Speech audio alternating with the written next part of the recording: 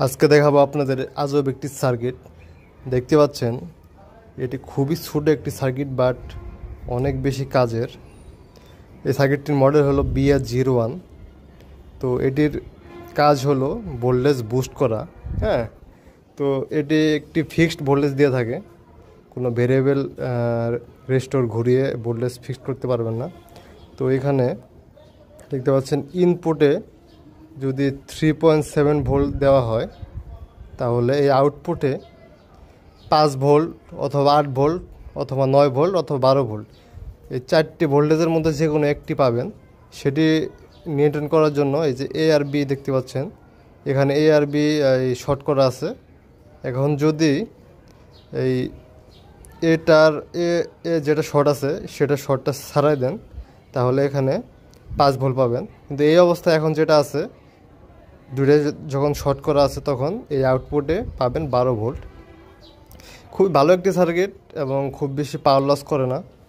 তো আমার একটি রিসেন্ট প্রজেক্টে এই সার্কিটটি ব্যবহার করতেছি, টেস্ট করতেছি, এবং এটি নিয়ে সম্পূর্ণ ভিডিও খুব তাড়াতাড়ি চলে আসবে।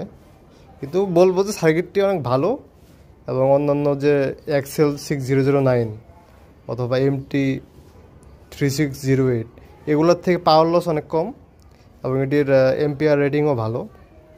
তো এটি সবাই চেক করতে পারেন, এবং এটির প্রাইসও মোটামুটি অনেক কম এই এক্সেল 6009 এগুলোর থেকে। হ্যাঁ, মোটামুটি প্রায় অর্ধেকের মতো ধরতে পারেন। কিন্তু খুব কাজের একটি মডিউল বলতে পারেন। দারাজে অথবা অন্যান্য অনলাইন শপিংয়ে খুব কম দামে পেয়ে যাবেন। দারাজে হয়তো বা 50 টাকার মতো বা 45 টাকার মতো হবে দাম। আমি লিঙ্ক দেওয়ার চেষ্টা করব।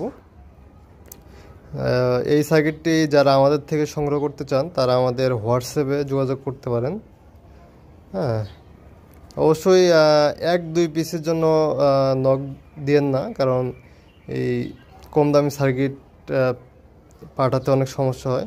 মিনিমাম 500 টাকার প্রোডাক্ট নিলে আরও সব কিছু পেয়ে যাবেন আমাদের কাছে, যেমন এই মিনি ইউপিএস সার্কিট বা বিভিন্ন মডিউল TP4056, আরও বিভিন্ন যে মডিউলগুলো আছে, সার্কিটগুলো আছে।